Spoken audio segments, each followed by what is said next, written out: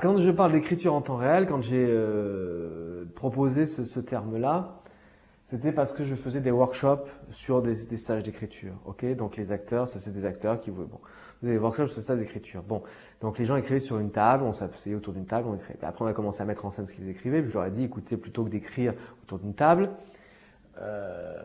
si on se mettait on n'utilisait plus les papiers et les stylos, on fait une feuille et des stylos, et on se mettait à essayer de laisser venir le texte qui est en nous, puisque finalement il sort. Au lieu de l'écrire sur un papier, on va essayer de l'écrire dans l'espace, de faire en sorte que ça se parle des uns aux autres comme ça. Et puis petit à petit, les acteurs, les danseurs se sont mis effectivement en considérant que chaque mot était un monde, n'est-ce pas, hein, donc en retardant l'effet de réalisme, mais en laissant comme ça, donnant toute sa chance à un seul mot dans l'espace de prendre toute son ampleur et qu'il fasse tout le tour de ce qu'il a écouté pour que chacun commence peut-être à continuer lui-même, à faire comme une sorte de cadavresserie par la parole, comme ça. Et puis petit à petit, je me suis dit, mais pourquoi ne faire que parler?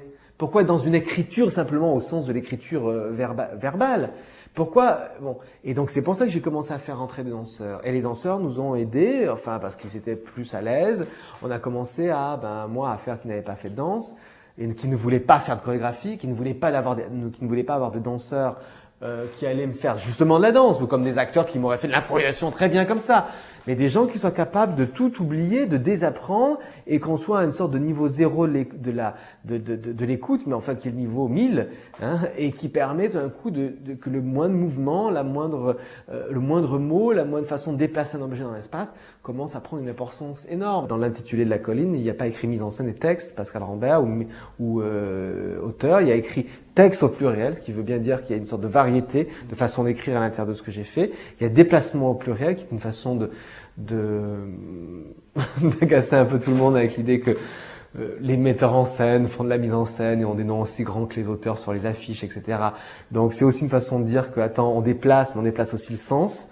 Hein, on déplace les corps, mais on déplace aussi les sens en général. Bon, voilà. Et puis les mobiliers, parce que c'est quelque chose qui est meuble, enfin qui bouge, je veux dire. Donc voilà. Donc là aussi, les objets bougent, mais dans un sens qui ne bouge pas habituellement, qui ne sont pas dans leur fonction de s'asseoir dessus, etc. Bon. Donc voilà. Donc c'est un peu tout ça le temps réel. Nous n'avons aucun thème, aucun cadre à remplir. Le cadre qui se remplit, il s'invente au fur et à mesure où il se passe. On n'est pas en train de courir après un thème où on essaierait de bien montrer comment les gens parlent vraiment dans la vie ou traiter un sujet. Je n'essaie surtout pas de traiter un sujet. Il n'y a pas de traitement de sujet. Ce qu'on fait là, c'est quelque chose qui s'invente au moment où il s'invente. Nous prenons la réalité à bras le corps, nous la rentrons à l'intérieur de nous et là, nous la transformons.